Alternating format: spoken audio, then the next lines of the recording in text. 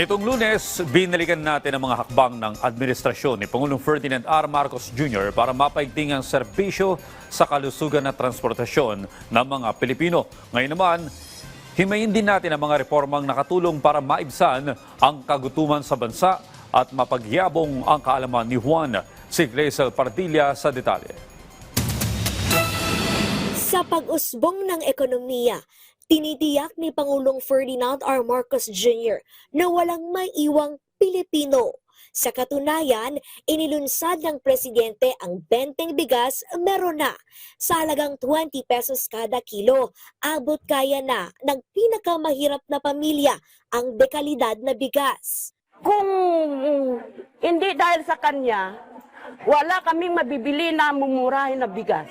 Maraming salamat po, Presidente Bongbong Marcos. Sana itulong mo sa tulad naming mahihirap. Binuksan din ng Pangulo ang Walang Gutom Kitchen, kung saan nasa 700 individual ng karamihan ni rescue mula sa lansangan ang nakakakain ng libre kada araw tuwing almusal at tanghalian mula sa mga donasyon ng pagkain ng pribadong sektor.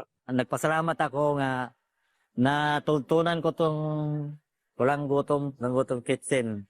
Dahil minsan magutom ako, mapunta ako dito, nakakain ako. Pinalawak din ang Unified Student Financial Assistance System for Tertiary Education. Dito, sagot na ng gobyerno ang matrikula, allowance at iba pang bayarin sa kolehiyo. Layo nitong masiguro na may dekalidad na edukasyon at mahasa ang kakayahan ng mga kabataan. Ang edukasyon po ay hindi po pribilehiyo. Ito po ay karapatan ng bawat mamamayang Pilipino. Para sa akin, nakatulad ko dahil panganay kasi ako, mayroon pa akong mga kapatid. Sobrang malaking tulong to para sa pamilya ko kasi hindi ako or magiging less ako sa mga problema kumbaga pagdating sa mga finances. And syempre, magkakaroon din ng focus or mabibigyan din ng attention yung pag-aaral din ng mga kapatid ko para lahat kami sana makapagtapos. Hindi rin nakalimutan ang mga liblib at island barangay sa bansa dahil pinagana na ang National Fiber Backbone Phase 2 at 3 at free public Wi-Fi. Pinarami ang mga paaralan at mga pampublikong lugar sa bansa na may libreng access sa internet. Salamat. Malaking tulong to sa amin na sa mga estudyante.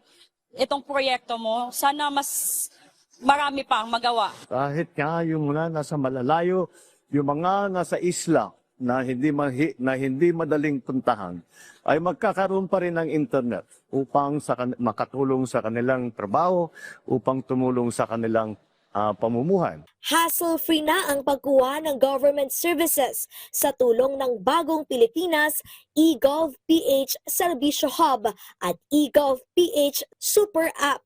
Tampok dito ang iba't ibang serbisyo ng pamahalaan na maaring ma-avail sa isang lugar at online. Nagpapasalamat po ako dahil iisa na lang po ang dapat namin puntahan. Katulad po naming mahihirap na hindi na kami pupunta kung saan-saan pang mga ahensya. At syempre, pinalakas pa ang pagtugon sa numero unong problema ng mga Pilipino tuwing panahon ng tag-ulan sa tulong ng Upland Kontrabaha, Waterways Clearing and Clearing Operations kung saan puspusan ang pag-aalis ng mga basura at debris.